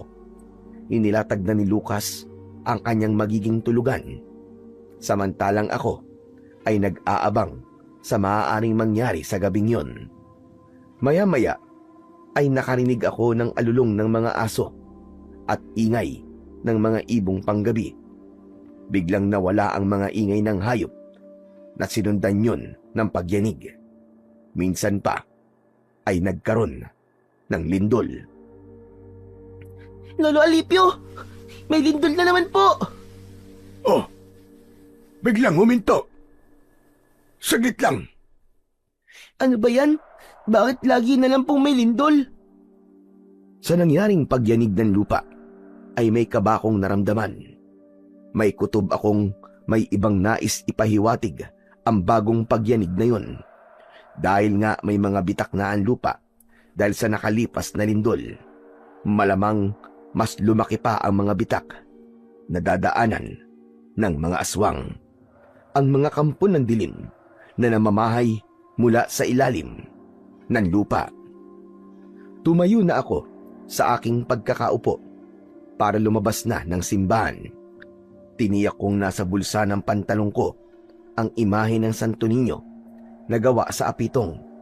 Ang kampila naman ay kinuha ko na rin sa loob ng bag. Lolo Alipio, lalabas na po kayo? Oo, Apo. Sasalubungin ko na sila. Ang mga aswang po ba? Oo. Natitiyak kung lalabas na sila mula sa mga bitak ng lupa. Mag-aasik na sila ng lagim at mamiminsala sa mga taga rito. Pero Lolo Alipio, Huwag mo nang ituloy ang sasabihin mo. Alam ko na yan. Hindi ba sinabi ko sa'yo? Hindi ka maaaring sumama sa lakad kong ito, Apo.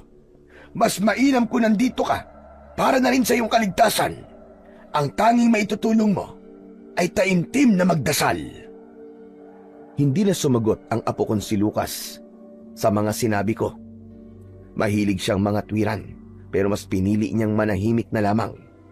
Lumakad na ako papalabas ng simbahan. Gaya ng aking inaasahan, may mga aswang na kagad na sumalubong sa akin. Tama ang kutob ko. Nagsimula ng lumabas mula sa mga bitak ng lupa ang mga kampon ng kadiliman.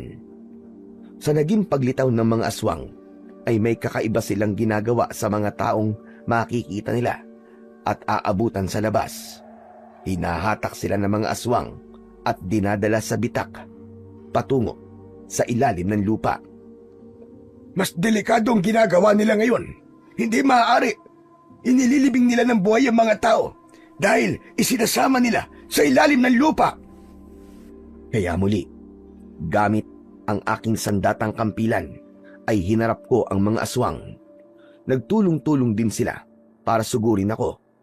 Salamat na lamang na kahit may edad na ako, ay nagagawa ko pang kumilos ng mabilis. Alam kong dahil yun sa tulong ng aking anting-anting.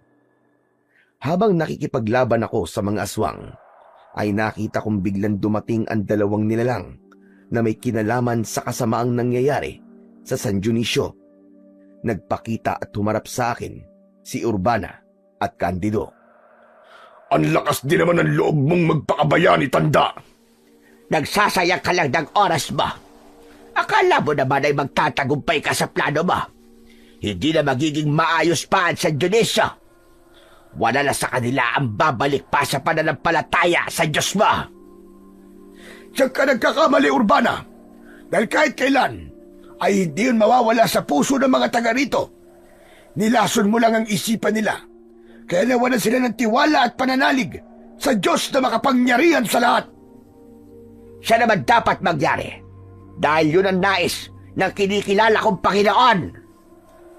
Para hindi mo na mahikayat pa ang mga tao at ibalik sa pananalig sa sinasabi mo. Dapat ka nang mawala! Habang nasa harapan ko sina Urbana at Candido, ay kitang-kita ko ang pagbabago ng kanilang anyo. Naging mga aswang abwak ang dalawa. Sa pangunguna nila ay sumugod sa akin ang iba pang mga abwak. Wala akong nagawa kundi ang harapin sila. Buo ang tiwala ko na hindi ako pababayaan ng aking anting-anting at ang pananalig na nasa aking puso. Kaya naman, nagagawa kong patumbahin ang mga aswang na umaatake. Kaya nga lang, tila hindi sila nauubos dahil may lumalabas pa rin mula sa mga bitak. Sumuko ka na, tanda! Dahil walang ibang pupuntahan ang tapang mo, kundi kamatayan! Kayong mga masasama at kampo ng dilim at siyang mawawala sa mundong ito! Akala mo lang yun, Alipio. Sa dami ng mga kampo ng kadiliman na magtutulong-tulong para atakihin ka, wala ka ng ibang mapupuntahan.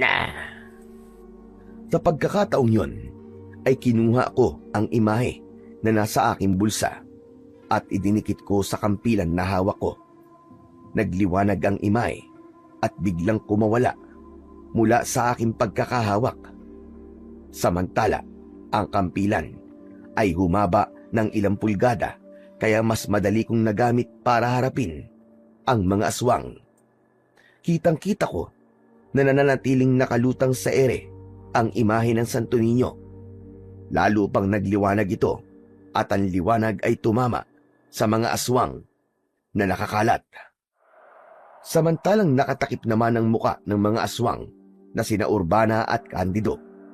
Nasisilaw sila at hindi kinakaya ang liwanag mula sa nagliliwanag na imahe. Nakita ko kung paano itinataboy ng liwanag ang mga kampon ng kadiliman. Isa-isa silang nahuhulog sa nakabukan lupa hanggang sa kasamang nahulog sa mga bitak, sina Urbana at Candido. Dinig na dinig ko ang kanilang sigawan habang nahuhulog. Kinain na sila ng lupa nang ang mga kampon ng dilim ay nahulog ng lahat sa nakabukan lupa. Tumama naman ang liwanag sa mga bitak at unti-unting nagdikit at nagsara.